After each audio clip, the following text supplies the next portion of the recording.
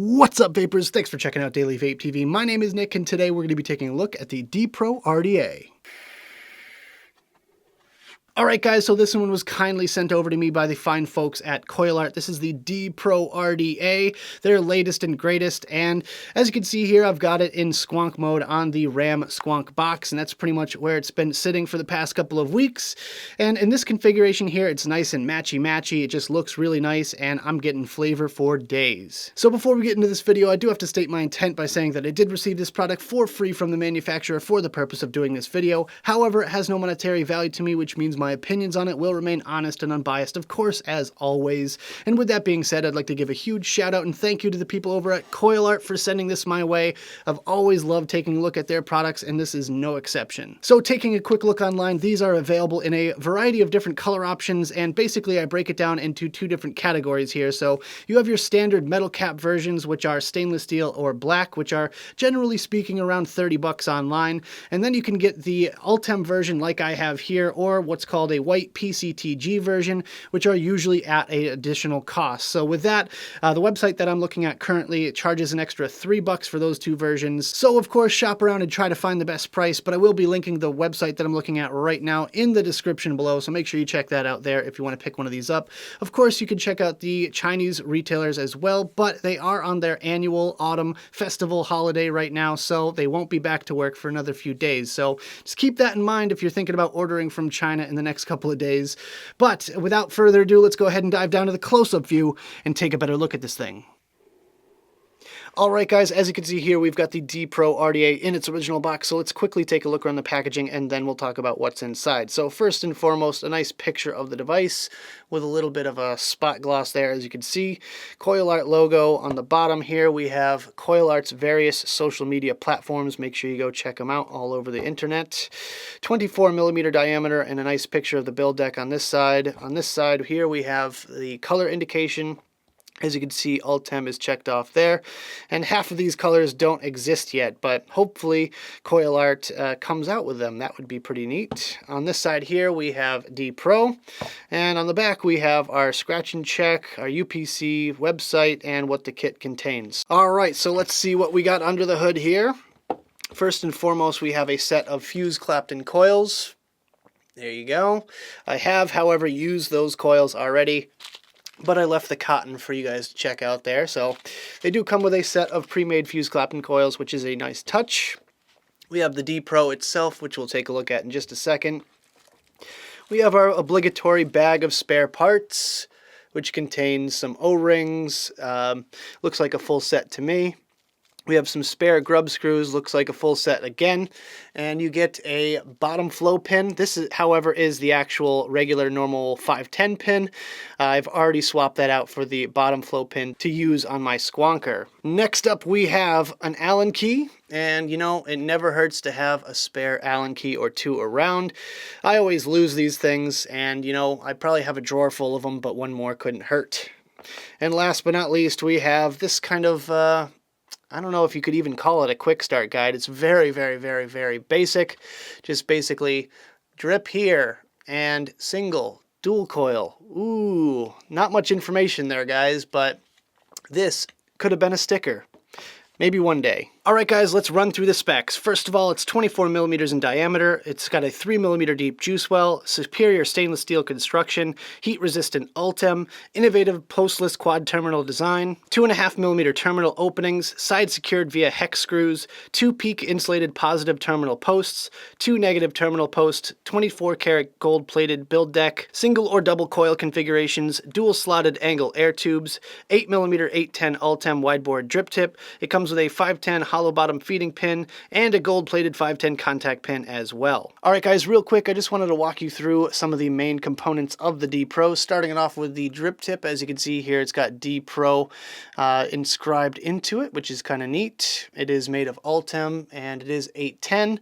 You can see the bore there, which is 8mm, which isn't the widest I've ever seen, but it's pretty darn good. Anyways, it's nice, chunky tip. It's very comfortable to vape on. You can see at the bottom here, it looks like it was supposed to have an O-ring on there, but I believe it did not come with one. Either that or I lost it.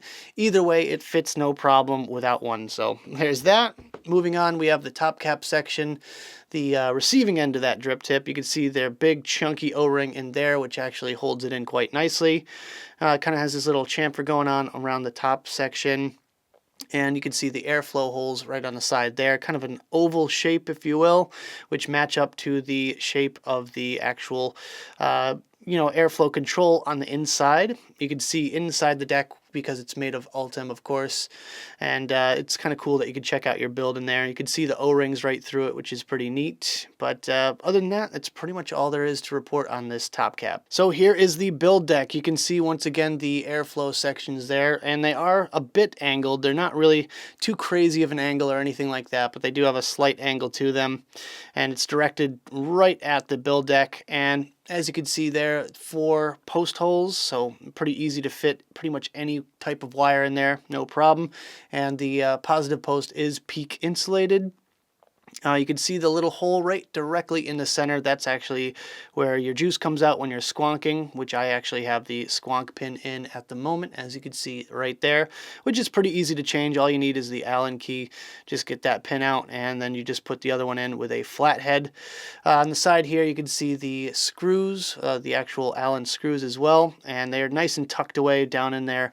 They fit real nice. Never had any sort of issues with the screws on this one whatsoever. And you can see the O-rings as well, which do hold that top cap on there really, really nice. So give you a quick look at the bottom there. Right there, you can see the DPRO kind of engraving at the top and designed by CoilArt at the bottom. And that's pretty much all she wrote. So let's go back to the main screen, have a quick vape on this thing, and we'll talk about it some more.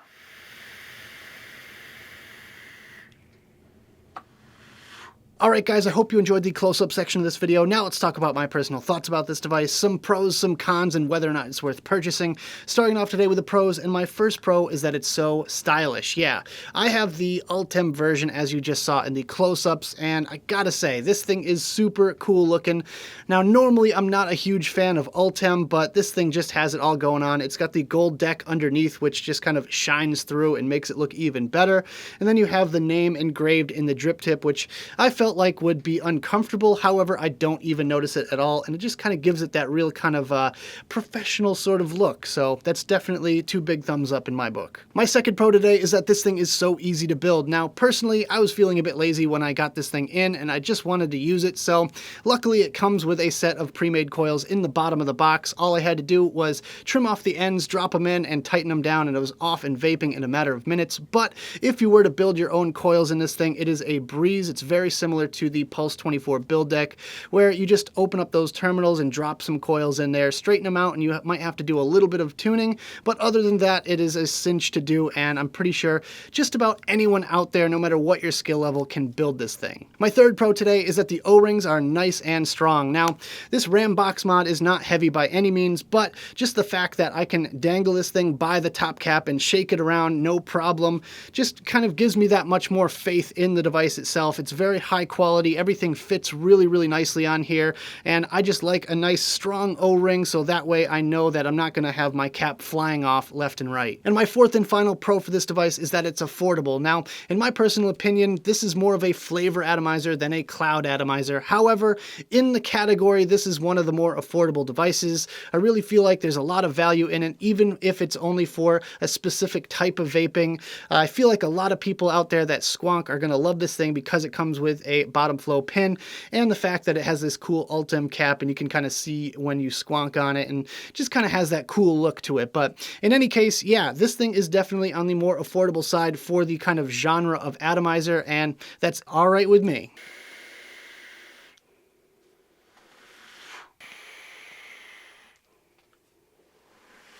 Alright guys, so moving on to the cons, my first con is that I can't even get half a squeeze from my squonk bottle before it starts pouring juice out of the airflow section, and in my opinion, that's pretty much the biggest flaw in the design of the DPRO RDA, and that's kind of why I prefer the Pulse 22 and 24 a little bit more than this one here, because they have those angled airflow sections where you can kind of get your coils fully saturated before it even comes close to leaking, whereas this one here, just squeeze it just a little bit and you get juice all over the place. Moving on on to my second con. This device has limited airflow. Now, as I said, this is more of a flavor RDA than a cloud RDA. However, I guess it's just not my cup of tea. Personally, I like a more wide open draw with a lot of airflow, and that tends to keep the coils a little bit cooler as well. The way I have it built right now, it is definitely too warm for the amount of airflow that I'm getting off of this thing.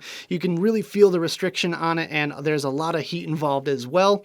These are the included coils that came in the box. I set it up in dual coil configuration.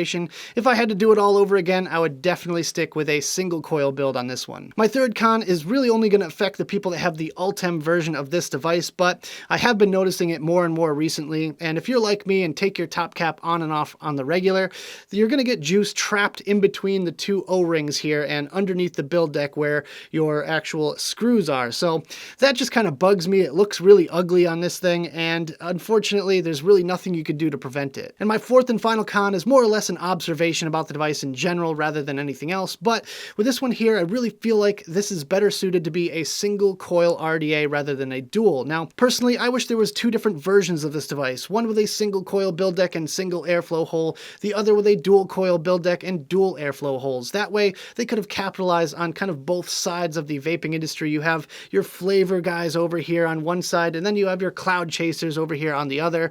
That way they would be able to appease both sides at once without having one device that's trying to do everything. I feel like there's a phrase for that, and it's jack of all trades, master of none.